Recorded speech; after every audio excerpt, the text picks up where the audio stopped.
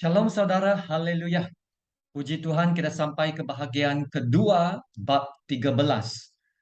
Bab 13 adalah sebahagian daripada bab 12 di mana kita melihat iblis melancarkan perang habis-habisan terhadap orang percaya, terutamanya semasa waktu kesukaran besar. Nah, iblis tahu bahwa waktunya sudah singkat dan dia turun dengan kegeramannya yang dahsyat. Nah, bab 12 berakhir dengan ayat ini. Maka marahlah naga itu kepada perempuan itu, lalu pergi memerangi keturunannya yang lain, yang menuruti hukum-hukum Allah dan memiliki kesaksian Yesus. Maka iblis terus berperang dengan orang-orang percaya. Dan iblis akan menyelesaikan tugas ini dengan menggunakan dua binatang dalam bab 13. Dalam bahagian pertama bab 13, kita melihat binatang yang keluar dari laut. Dia mempunyai semua tanda-tanda antikristus. Dia meniru kematian dan kebangkitan Yesus, ya, dengan penyembuhan pada luka yang membahayakan. Nah, dia kelihatan seperti mati, tapi tidak mati, dan berada di ICU, dan tiba-tiba hidup semula. Dan karena mukjizat ini, dunia menjadi kagum dan terus menyembah binatang itu. Nah, binatang itu juga diberi kuasa untuk mengatasi orang-orang percaya. Nah, sekarang dalam bahagian kedua bab 13 ini, dari ayat 11 hingga ke 18, kita melihat binatang kedua yang iblis akan gunakan untuk meneruskan tindakan keganasannya yang jahat itu terhadap orang-orang percaya. Nah, ini adalah binatang yang datang dari bumi, binatang yang kedua ini. Dalam ayat 13, ayat 11, dan aku melihat seekor binatang lain, ya, keluar dari dalam bumi dan bertanduk dua sama seperti anak domba, dan ia berbicara seperti seekor naga. Kita boleh tahu identiti binatang darat ini. Ya, ia dijelaskan kepada kita dalam bab yang lain, dalam bab 16 ayat 13. Dan aku melihat dari mulut naga dan dari mulut binatang dan dari mulut nabi palsu itu keluar tiga roh najis yang menyerupai kata. Dalam bab 19 ayat 20, maka tertangkaplah binatang itu dan bersama-sama dengan dia nabi palsu yang telah mengadakan tanda-tanda di depan matanya, dan dengan demikian ia menyesatkan mereka yang telah menerima tanda dari binatang itu dan yang telah menyembah patungnya. Keduanya dilemparkan hidup-hidup ke dalam lautan api yang menyala-nyala oleh belerang. Bab 20 ayat 10. Dan iblis yang menyesatkan mereka dilemparkan ke dalam lautan api dan belerang, yaitu tempat binatang dan nabi palsu itu. Dan mereka disiksa siang malam sampai selama-lamanya. Jadi saudara, sekarang kita tahu bahwa binatang kedua ini ialah nabi palsu. Ya, nabi palsu menyebarkan ajaran palsu, ya, untuk menipu dan memperdayakan banyak orang, ya, bahkan pengikut-pengikut Yesus. Dia mungkin kelihatan lembut, ya, seperti anak domba, tetapi dia benar-benar ganas dari dalam. Ya, kenapa? Sebab dia binatang buas, the beast dalam bahasa Inggris, ya. Nah, perhatikan bahwa dia berbicara seperti seekor naga. Nah, ini yang sangat pelik, ya, untuk seekor anak domba, kan? Seekor anak domba yang boleh berbicara seperti seekor naga. Jadi dia adalah binatang yang menunjukkan muka kelembutan di luar, ya, tetapi dia benar-benar adalah serigala, ya, yang menyamar seperti seekor anak domba. Ya, itulah sebabnya jangan biarkan penampilannya, ya, memperdayakan Anda walaupun dia kelihatan seperti anak domba yang lembut dan tak berbahaya. Dia mungkin tidak mempunyai semua ciri-ciri yang menakutkan dan yang mengerikan seperti binatang pertama, ya, yang kelihatan seperti harimau bintang, singa, dan beruang. Binatang kedua ini tetap sangat berbahaya, ya, sangat licik, sangat-sangat jahat, ya, seperti yang Anda akan ketahui dalam beberapa ayat seterusnya. Kita lihat sekarang ayat 12 ah, dan 15, ayat 12 hingga ke 15 menghuraikan apa yang dilakukan oleh binatang kedua itu. Ayat 12. Dan seluruh kuasa binatang yang pertama itu dijalankannya di depan matanya. Ia menyebabkan seluruh bumi dan semua penghuninya menyembah binatang pertama yang luka parahnya telah sembuh. Nah, di sini berkata menyebabkan seluruh bumi, ya, menyembah binatang pertama, ya, terutamanya selepas antikristus telah disembuhkan, ya, dari luka parahnya yang membawa maut itu, ya. Dan binatang kedua itu yaitu nabi palsu akan beroperasi, ya, di bawah kuasa binatang yang pertama itu. Nah, ini adalah untuk menunjukkan bahwa fungsi utama binatang kedua adalah untuk promote, ya, atau menaikkan binatang pertama itu. Ya, terutamanya selepas mukjizat penyembuhan binatang pertama dari luka mautnya itu, ya.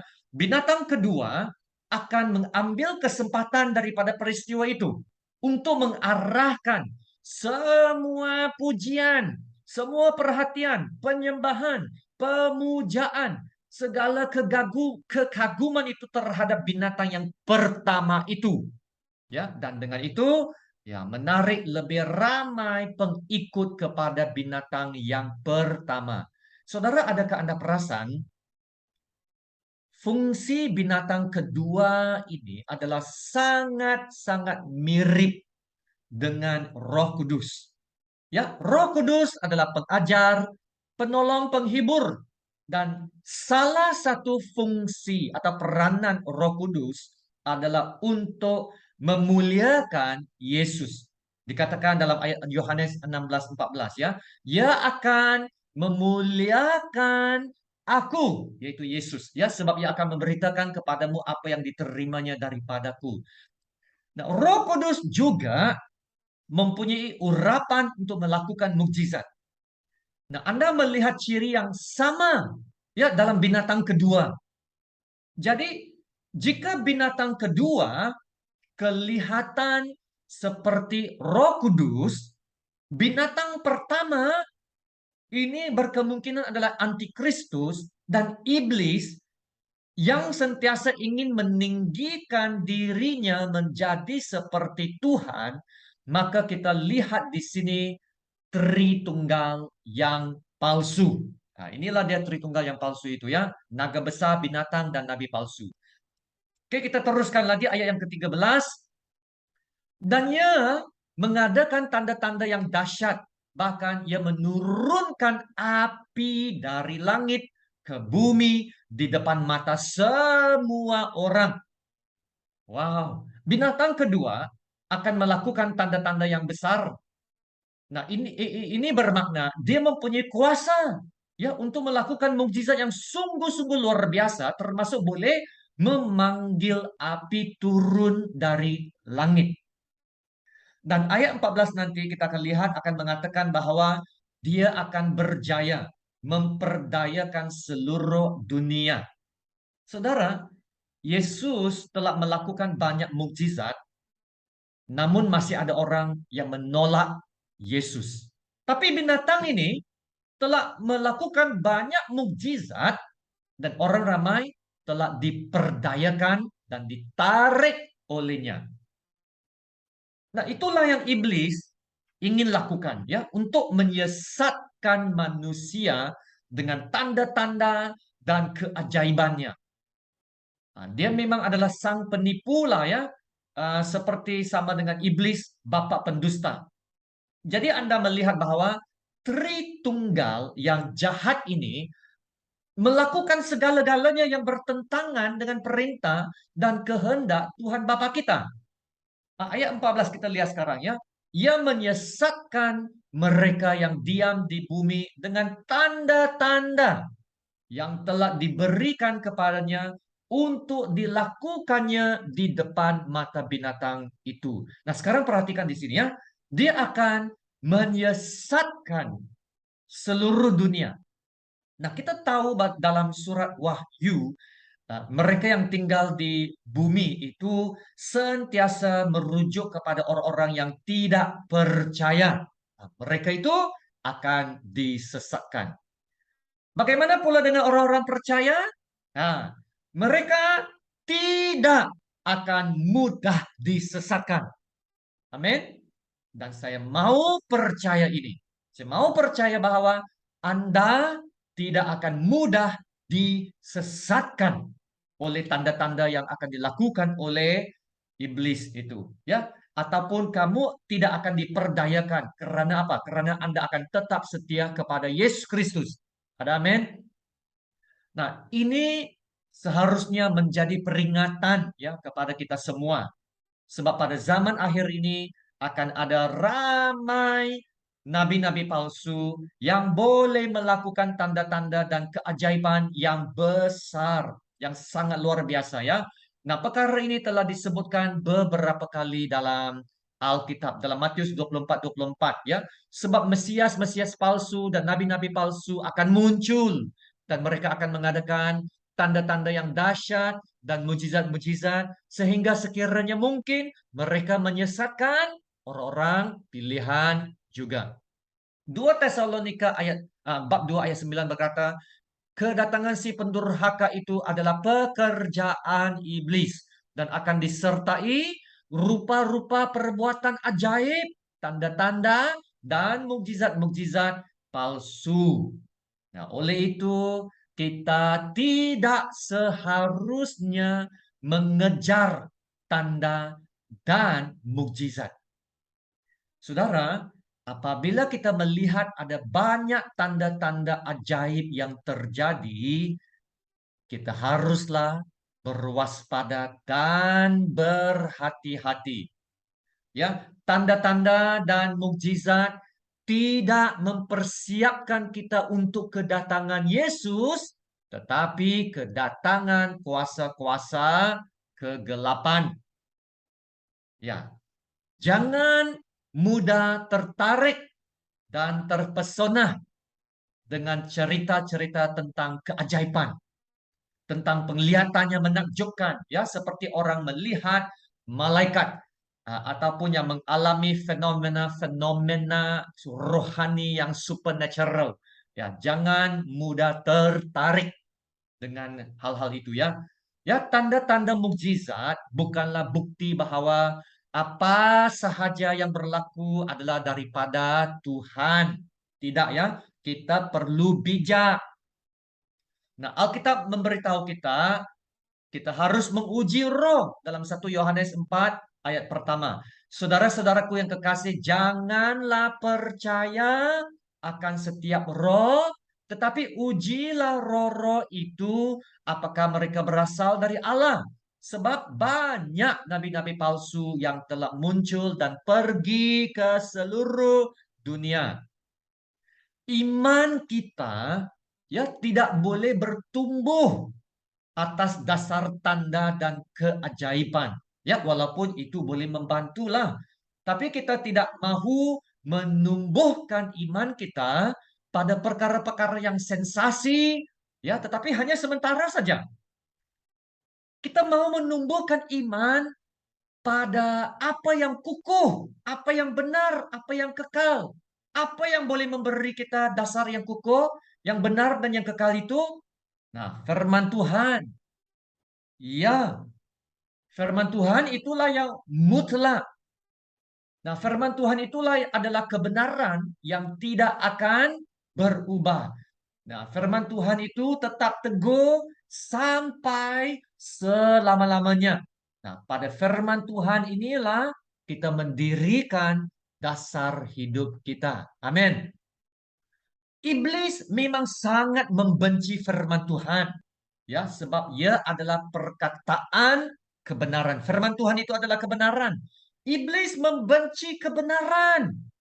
Karena secara fitrahnya, yaitu sifatnya, iblis itu adalah penipu, bapa pendusta, maka dia sangat membenci kebenaran.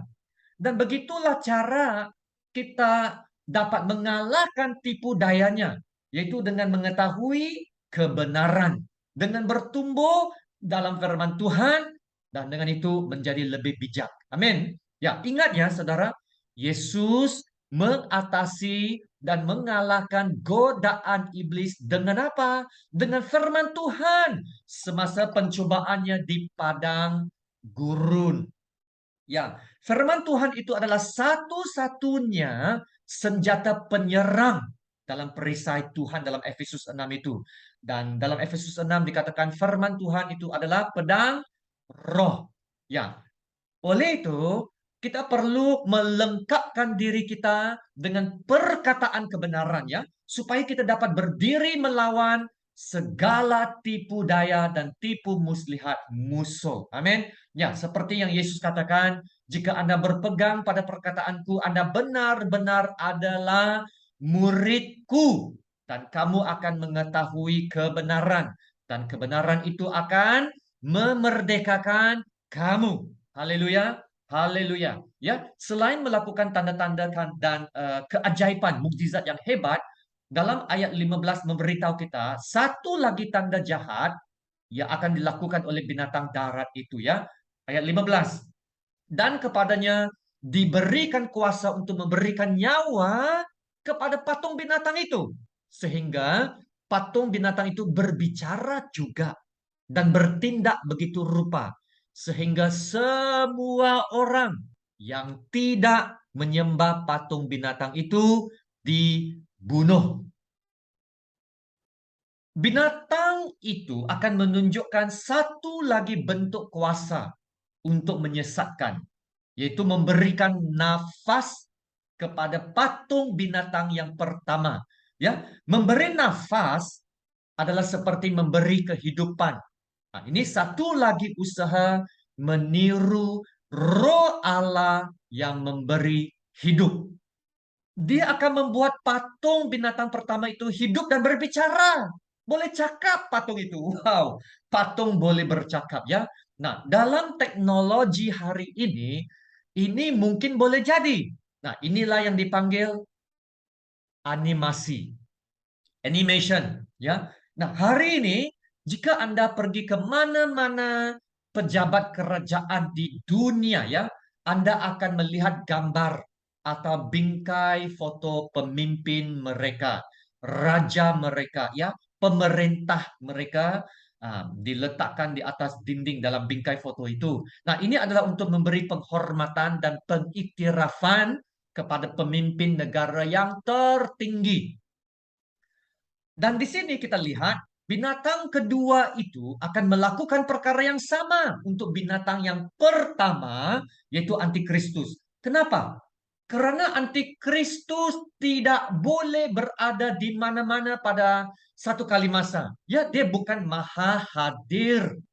Ya, maka binatang bumi ini buat rancangan ini. Dia mencipta patung binatang. Yang pertama itu antikristus, dan dia menciptakan banyak-banyaknya itu dan diletakkan di seluruh dunia.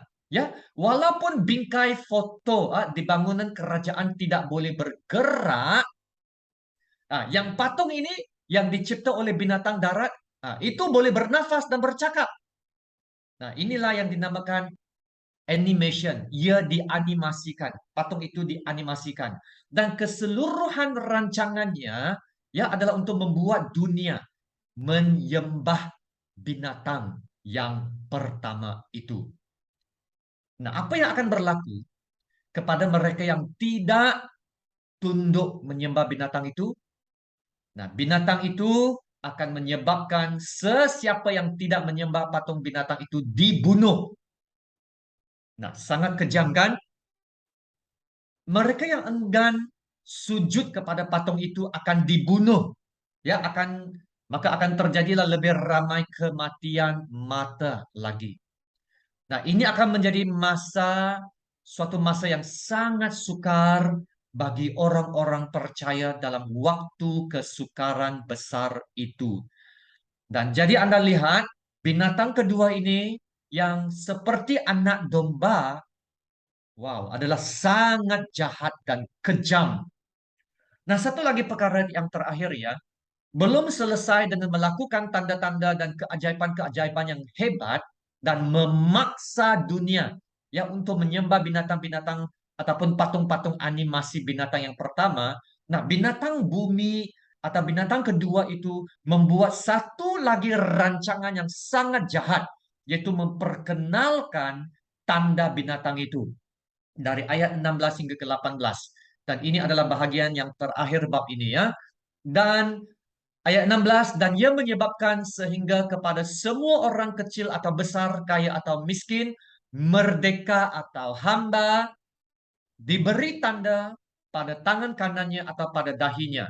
Dan tidak seorang pun yang dapat membeli atau menjual selain daripada mereka yang memakai tanda itu, yaitu nama binatang itu atau bilangan namanya.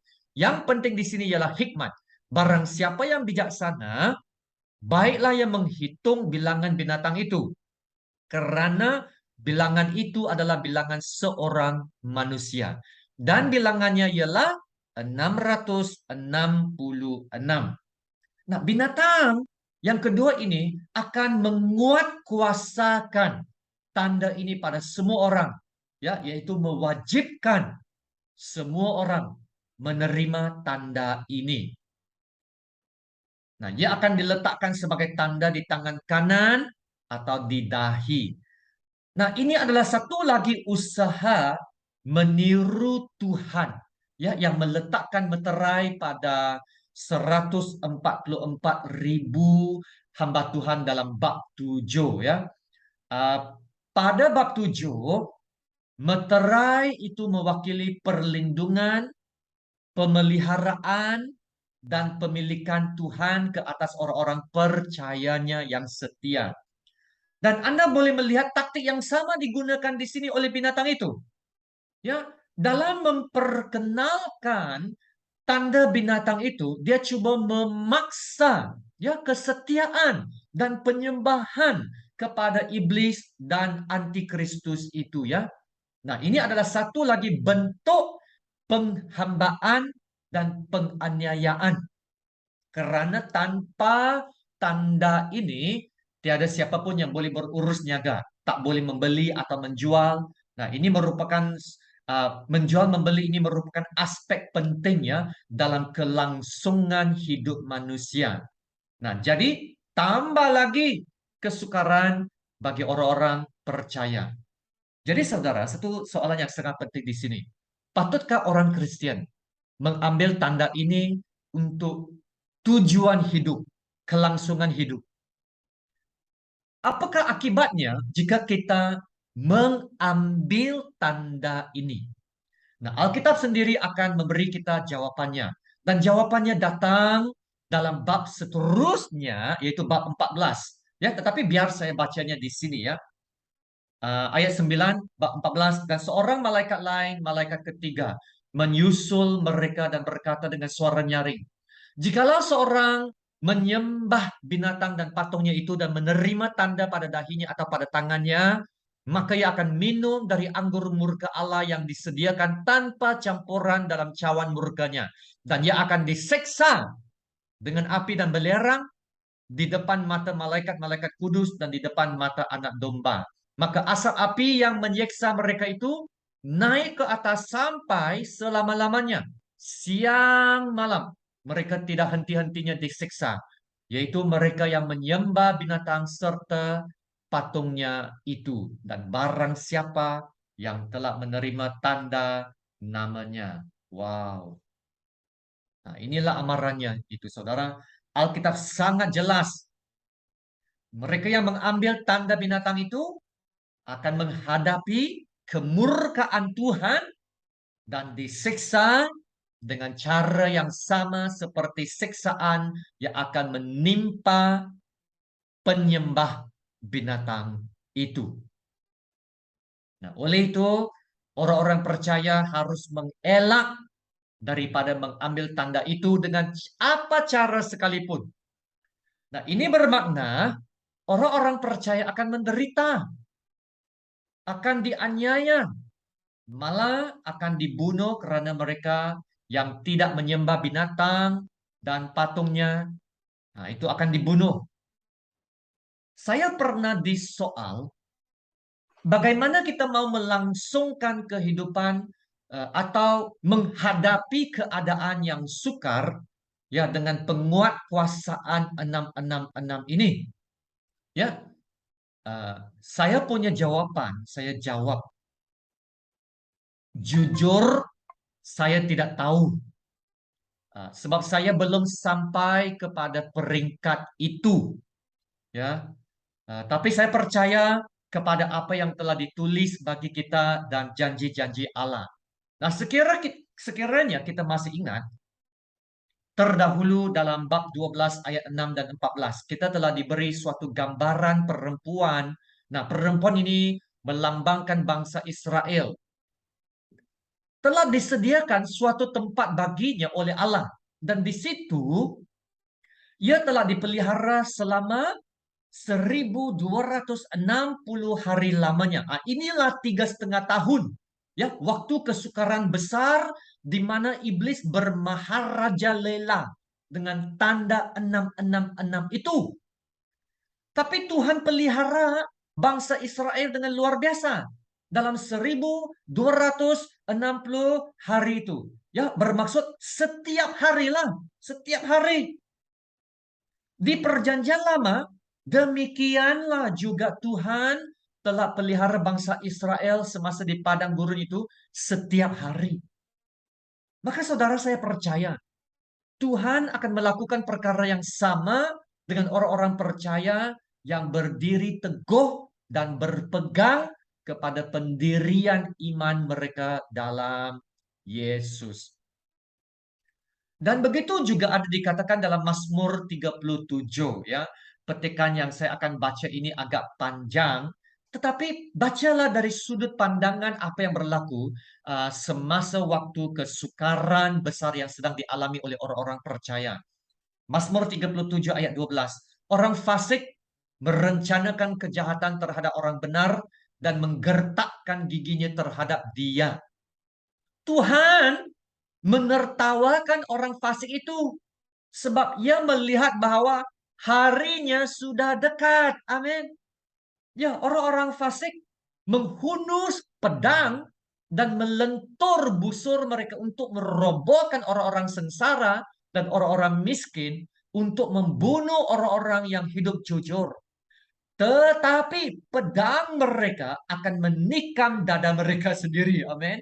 Dan busur mereka akan dipatahkan. Haleluya. Lebih baik yang sedikit pada orang benar daripada yang berlimpah-limpah pada orang fasik. Sebab lengan orang-orang fasik dipatahkan, tetapi Tuhan menopang orang-orang benar. Haleluya. Ayat 18 dan 19. Tuhan mengetahui hari-hari orang yang saleh dan milik pusaka mereka akan tetap selama-lamanya. Mereka tidak akan mendapat malu pada waktu kecelakaan. Dan saudara dengar sini. Dan mereka akan menjadi kenyang pada hari-hari kelaparan. Amin. Ya saudara, bagaimana Tuhan menyediakan dan memelihara pada waktu kesukaran besar itu, saya tidak tahu. Tapi Tuhan berjanji akan melakukannya. Nah, itulah yang kita harus percaya. Tetap percaya dan beriman bahwa Tuhan akan menggenapi janjinya. Nah, inilah yang dikatakan beberapa kali dalam Alkitab, orang benar hidup oleh iman. Amin. Nah, sekarang apakah nombor 66 ini ya? Angka 66 ini telah menimbulkan minat dan spekulasi yang begitu banyak ya di kalangan orang-orang Kristen dan bukan Kristen. Nah, terdapat pelbagai kaidah yang telah digunakan untuk menafsir dan menjelaskan kode 66 ini. Dan ada yang coba mengaitkan nombor ini kepada seseorang pemimpin dunia ataupun kepada sesuatu benda ya termasuk vaksin. Nah, apa yang kita tahu tentang nomor ini? Ayat ini berkata ya, ia adalah bilangan seorang manusia. Perhatikan itu. Ianya tetap bilangan manusia, tidak lebih daripada itu. Ia tidak boleh jadi bilangan Tuhan. Nah, mungkinlah saya rasa iblis coba mencapai keilahian yang setara dengan Tuhan. Nah, iblis mau jadi 777. Ya, tapi walau macam mana dia coba, tidak dapat juga. Dia tetap akan menjadi 666, yaitu bilangan manusia. Nah, saudara, walau macam mana pun lah, ya, janganlah buat terlalu banyak spekulasi tentang nomor ini. Ya, kini semua spekulasi yang menunjuk nomor 66 ini kepada orang-orang tertentu telah gagal. Kenapa? Karena mereka yang kononnya dianggap 666, seperti presiden lah, pemimpin lah, mereka semua telah datang dan pergi. Jadi, saudara, lebih baik jangan buat spekulasi. Ya, daripada coba menghabiskan begitu banyak masa dan usaha untuk mencari jawaban kepada nombor misteri ini, kita harus meluangkan lebih banyak masa dan usaha dalam membina iman kita. Amin. Bina iman kita. Nah, itulah sebabnya bab ini berakhir dengan kata-kata ini. Perhatikan ayat 18 sekali lagi ya. Yang penting di sini ialah hikmat. Barang siapa yang bijaksana. Maka bab ini mencabar kita ya untuk menjadi bijak, arif. Akan tiba masanya apabila misteri nombor 66 ini akan terungkap. Tapi sementara itu, seruan kepada semua orang percaya adalah berjaga-jaga, berwaspada. Karena iblis sudah pun bekerja di tengah-tengah kita. Ya, seperti mana yang telah dikatakan dalam 1 Petrus bab 5 ayat 8 dan 9. Sadarlah dan berjaga-jagalah. Lawanmu si iblis berjalan keliling sama seperti singa yang mengaum-ngaum dan mencari orang yang dapat ditelannya. Lawanlah dia dengan iman yang teguh. Sebab kamu tahu bahwa semua saudaramu di seluruh dunia menanggung penderitaan yang sama. Nah, perhatikan ayat 9 ya. Mengatakan kita harus lawanlah dia dengan iman yang teguh. Lawanlah dia dengan iman yang kuat. Saudara, jika iman kita tidak kuat, macam mana mau lawan? Kalau tidak kuat, maka saudara kita tak mau menjadi Kristen yang lembek, ya, lembek iman. Kita mau iman yang kuat, yang boleh lawan. Maksudnya, orang percaya harus melawan iblis dengan iman yang teguh, yang matang, yang mantap. Ya, surat Yakobus mengatakan perkara yang sama. Lawanlah iblis dan iblis akan lari daripada kamu. Amin. Bukan kamu yang lari ya, tapi iblis yang lari. Ya, saudara, jika iman tidak kuat, tidak matang, orang-orang percaya akan mudah tersandung, mudah jatuh. Nah, bukan saja kita jatuh, keluarga dan anak-anak kita pun akan jadi mangsa. Janganlah jadi mangsa. Kalau kita jadi mangsa, gereja pun akan jadi lemah lah. Jadi saudara, marilah kita membina iman kita sekarang ya. Mendekatlah kepada Allah dan Allah akan mendekat kepadamu. Saudara, disitulah kita mendapat kekuatan kita. Disitulah kita mendapat pertolongan kita, tempat perlindungan kita. Disitulah Tuhan akan membekal, supaya kita tidak akan menjadi mangsa, tetapi akan menjadi lebih daripada pemenang. Amin. Saudara, jika Allah di pihak kita, siapa dapat melawan kita? Semoga kita bukan sahaja mengetahui kebenaran ini ya, tetapi benar-benar menghidupi kebenaran ini. Untuk hidup bersama Tuhan. Untuk diam di dalam Dia. Dan menjalani hidup yang saleh ketika kita melihat hari besar Tuhan semakin dekat. Haleluya, mari kita berdoa. Haleluya, Allah Bapa. Segala puji dan syukur kepada Tuhan kami Allah Bapa. Terima kasih Tuhan karena Engkau telah mengingatkan kami tentang tanda-tanda yang akan terjadi pada zaman akhir ini. Ya Tuhan, inilah amaran-amaran yang kami telah sedar, maka tolonglah kami untuk hidup lebih berjaga-jaga, berwaspada, dan mengerjakan keselamatan kami dengan lebih takut dan gentar, yaitu takut akan Tuhan. Tolonglah kami untuk bertumbuh menjadi lebih bijak dan lebih matang. Karena roh-roh jahat akan datang, menyamar diri dengan pelbagai tipu daya dan tipu muslihat untuk menyesatkan manusia dan membawa manusia kepada kebinasaan. Tapi Tuhan, Engkau telah berikan kami segala-galanya untuk berdiri teguh. Sehingga kan senjata-senjata yang dibentuk untuk melawan kami tidak akan berhasil. Dan malah, sekalipun kami hidup dalam dunia, kami tidak berjuang secara duniawi. Karena ayatmu, firmanmu, janjimu berkata senjata kami dalam perjuangan bukanlah senjata duniawi, melainkan senjata yang diperlengkapi dengan kuasa Allah, yang sanggup untuk meruntuhkan benteng-benteng dan merubuhkan setiap kubu yang dibangun oleh keangkuhan manusia untuk menentang pengenalan akan Allah. Ya Tuhan Bapa, tolonglah kami.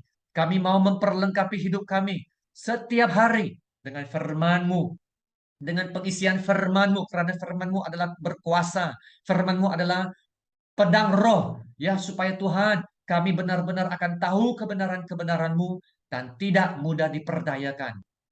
Haleluya. Dan kami akan tahu menilai apa yang benar dan palsu. Dan juga dapat menawan segala pikiran kami dan menaklukkannya kepada Kristus. Ya Tuhan, datanglah kerajaan-Mu.